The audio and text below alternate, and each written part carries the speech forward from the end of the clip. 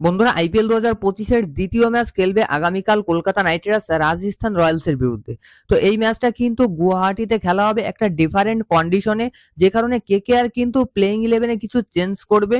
তো এই ভিডিওতে আমরা রাজস্থান রয়্যালসের বিরুদ্ধে কেকেআর এর প্লেইং ইলেভেনে কি কি পরিবর্তন হতে পারে সেটা নিয়ে কথা বলবো। তার সঙ্গে কলকাতা নাইট রাইডার্স এবং রাজস্থান রয়্যালসের হেড টু হেড রেকর্ড কি রয়েছে সেটাও জানাবো। তো সম্পূর্ণ ভিডিও দেখুন আর ক্রিকেট সংক্রান্ত সমস্ত আপডেট পেতে চ্যানেল সাবস্ক্রাইব করে রাখুন। তো বন্ধুরা কলকাতা নাইট রাইডার্স একটা হোম ম্যাচ হেরেছে, মানে এই ম্যাচটা অর্থাৎ একটা অ্যাওয়ে ম্যাচ কিন্তু অবশ্যই কলকাতা নাইট রাইডার্সকে জিততে হবে।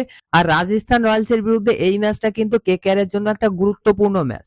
দেখো ম্যাচটা অবশ্যই একটা ডিফারেন্ট কন্ডিশনে খেলা হবে গুয়াহাটির টেম্পারেচার এখনো অনেকটা কম, সুতরাং কেকেআর আরসিবির বিরুদ্ধে যে প্লেইং ইলেভেন খেলিয়েছে হোম গ্রাউন্ডে সেই প্লেইং ইলেভেন কিন্তু খেলাবে না, অবশ্যই কিছু না কিছু চেঞ্জ হবে।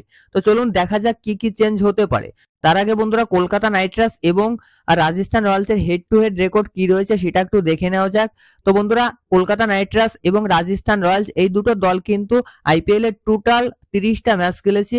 এই 30টা ম্যাচের ভিতর 14টা ম্যাচ জিতেছে কলকাতা নাইট রাইডার্স এবং 14টা ম্যাচ জিতেছে রাজস্থান রয়্যালস। দুটো ম্যাচে নো রেজাল্ট হয়েছে। তো দেখো উইনিং এর দিক থেকে কিন্তু 50-50 রয়েছে, সুতরাং রাজস্থান রয়্যালসকে কিন্তু অতটা লাইটলি নিলে চলবে না।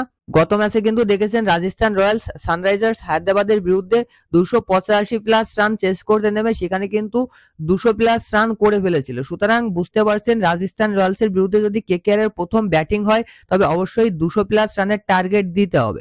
এবার কথা হচ্ছে গুয়াহাটির এই বর্ষাপাড়া ক্রিকেট স্টেডিয়ামের প্রথম ইনিংসের এভারেজ স্কোর কত। তো দেখো বর্ষাপাড়া ক্রিকেট স্টেডিয়ামের প্রথম ইনিংসের এভারেজ স্কোর কিন্তু 190+। সুতরাং আর কলকাতা নাইট রাইডার্স যদি প্রথমে ব্যাটিং করে অবশ্যই 190+ বা 200+ রানের টার্গেট কিন্তু অবশ্যই দিতে হবে কলকাতা নাইট রাইডার্সকে। তার সঙ্গে সঙ্গে আপনাদেরকে জানাতে চাই বন্ধুরা এই গ্রাউন্ডে কিন্তু স্পিন এবং ফাস্ট বোলিং দুটো ডিপার্টমেন্টের বোলাররাই কিন্তু সমান পরিমাণ সুবিধা পাবে।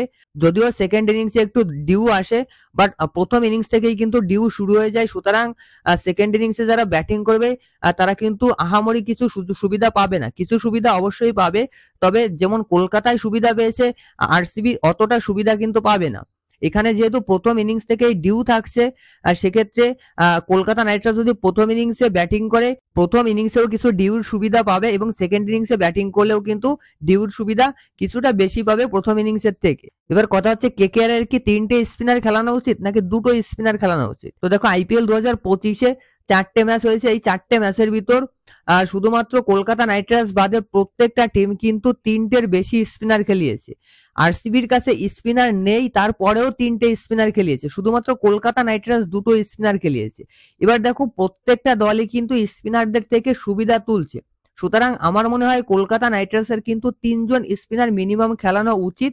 যদি প্লেইং ইলেভেনে 3জন খেলানো সম্ভব না হয় তাহলে একজনকে ইম্প্যাক্ট প্লেয়ার হিসেবে স্পিনার খেলানো উচিত। সেখানে অনুকূল রয় রয়েছে, মায়াঙ্ক মার্কান্ডে রয়েছে, যে কোনো একজনকে কিন্তু খেলানো উচিত। কারণ কেকেআর এর প্লেইং ইলেভেনে অটোমেটিক্যালি 3জন ফাস্ট বোলার থাকছে, হর্ষিত রানা, আন্দ্রে রাসেল এবং একজন বিদেশি যাকে খেলায় অ্যান্ড্রিক নোরকেয়া হোক বা স্পেন্সার জনসন হোক, যাকেই খেলাক না কেন 3জন ফাস্ট বোলার কিন্তু থাকছে।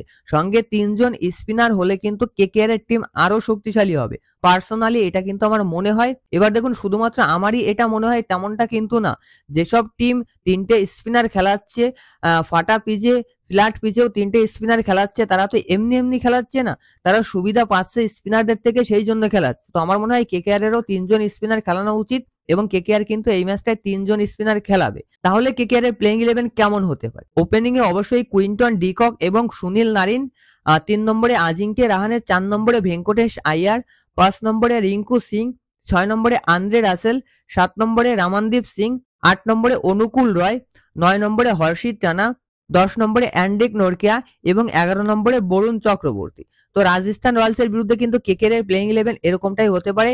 আর ইম্প্যাক্ট প্লেয়ার হিসেবে অঙ্ক্রিশ রঘুবংশীকে খেলাবে। এবার দেখো এখানে অনুকূল রায়কে কেন খেলানো হচ্ছে। অনুকূল রায় একজন অলরাউন্ডার, যে কারণে অনুকূল রায়কে যদি খেলায় তাহলে কিন্তু 4 ওভার স্পিনের সঙ্গে সঙ্গে লোয়ার মিডিল অর্ডারে একটা ভালো ব্যাটিংও পেয়ে যাবে কেকেআর টিম। তো সেই জন্য অনুকূল রায়কে অবশ্যই খেলানো উচিত। আর স্পেন্সার জনসনের পরিবর্তে অ্যান্ড্রিক নোরকেয়াকে কেন। তো দেখো স্পেন্সার জনসন 1 ম্যাচ খেলেছে, ভালো পারফরমেন্স করতে পারেনি, তবে আমি 1 ম্যাচ দিয়ে জাজ করছি না স্পেন্সার জনসনকে। এবার যেহেতু কেকেআর এর টিমে অ্যান্ড্রিক নোরকেয়ার মতো একজন বোলার রয়েছে, সেহেতু তাকেও তো একটা সুযোগ দিয়ে দেখা উচিত। আর এই প্রথম দিকে যদি সুযোগ দিয়ে দেখা হয় তাহলে কেকেআর এর আরো সুবিধা হবে। যদি এই ম্যাচটাতে অ্যান্ড্রিক নরকিয়া স্পেন্সার জনসনের থেকে ভালো বোলিং করে, তবে বাকি ম্যাচগুলোতে স্পেন্সার জনসনের পরিবর্তে অ্যান্ড্রিক নরকিয়া খেলবে। আর যদি খারাপ পারফরমেন্স করে তবে আবারও স্পেন্সার জনসনকে ফিরিয়ে আনতে হবে। এছাড়া তো কেকেআর এর কাছে আর কোনো সুযোগ নেই, কারণ এর থেকে ভালো ফাস্ট বোলার, বিদেশি ফাস্ট বোলার কেকেআর এর কাছে নেই। তো আপনাদের এ বিষয়ে কি মতামত কমেন্টে জানাবেন। ভিডিও ভালো লাগলে অবশ্যই লাইক করবেন। ধন্যবাদ।